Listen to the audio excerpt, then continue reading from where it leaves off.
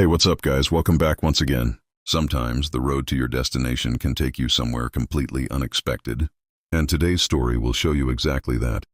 A thrilling journey wrapped in mystery and horror. So, let's dive right in. Our story begins with a happy family on their way to Los Angeles for a vacation.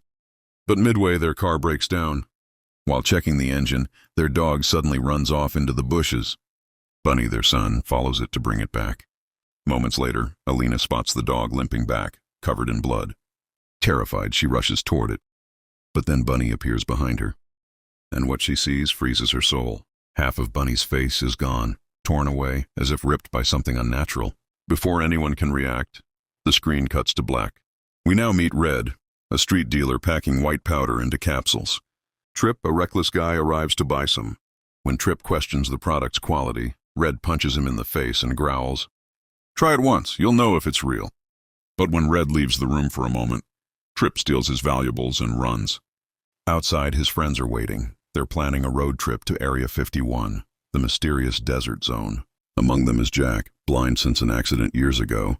Despite his blindness, his friends never left him behind. They treat him as one of their own. The group drives through the blazing Texas desert, laughing and teasing each other. They stop at a small diner for breakfast. Suddenly, Trip's phone rings. It's Red. "Everything you stole is on camera," Red snarls. "If you don't return it, you won't live to see the sunrise." Trip's throat goes dry. He lies to his friends, saying it was just a wrong number. Then they hit the road again.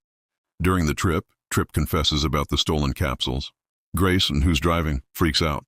She hates drugs and people like Red. Furious, she kicks him out of the car in the middle of nowhere. Their friend Koki says, "You two sort this out, I'll be right back." Trip pleads, "You're really leaving me here in this deserted place?" Grace sighs.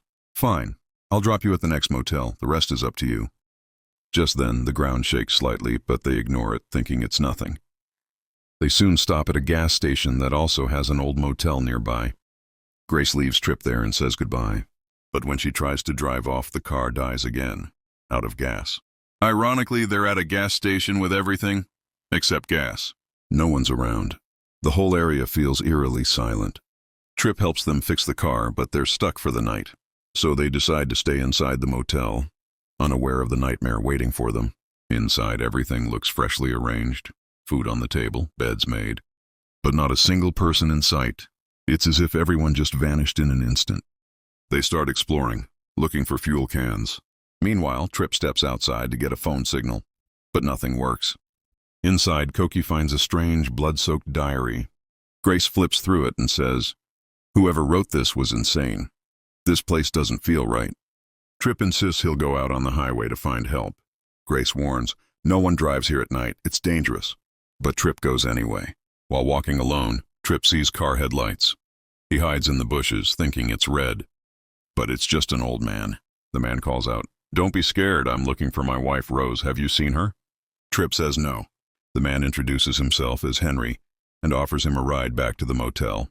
At the motel, Grace is relieved to see Trip return. Maybe help has finally arrived. Henry looks tired and mentions his wife went missing suddenly this morning. He clutches his chest in pain and goes inside his camper to rest. But moments later, a strange smell fills the air, and Henry dies choking inside his van. Trip, unaware, is outside draining fuel from the camper when his phone rings again. He climbs the motel roof for better signal. Behind him, a dark shadow, tall, demonic, and faceless, emerges. Meanwhile, Koki goes to the restroom, gagging at the same horrible smell. But as soon as she sits, something drags her into the toilet, shredding her alive with a grinder. Time passes and John goes to look for her, but she's gone. He starts hearing noises from under the bed. When he peeks down, a mechanical grinder bursts out, tearing his shoe apart.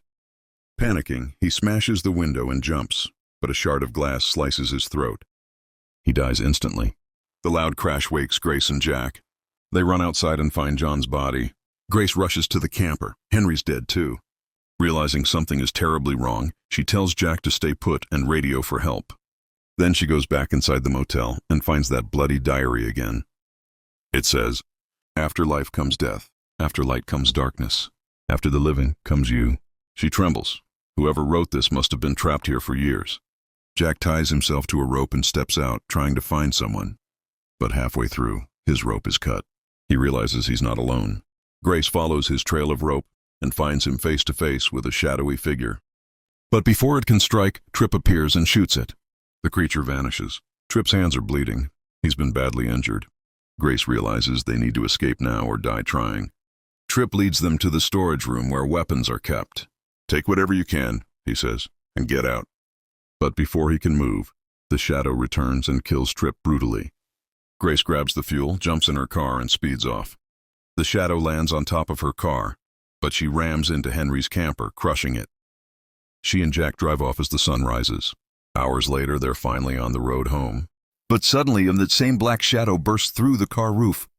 Grace swerves and crashes violently. When she opens her eyes, a stranger pulls her out, giving her CPR. It's Red, yes, that Red. He calls the police and waits by her side. But here's the shocking truth. Henry's wife Rose explains it all later. Henry didn't just die of a heart attack. He crashed his camper into another car that night. The car carrying Tripp, Grace, Jack, and their friends. Everyone died, except Grace and Jack. Everything we saw, the motel, the killings, the shadow, wasn't reality. It was the souls of the dead, trapped between worlds, finally being freed by that shadow, the spirit of redemption.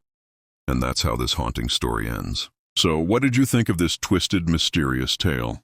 Was it horror, fate, or something beyond human understanding? Let us know in the comments below. Thanks for watching, and see you in the next story. Peace out.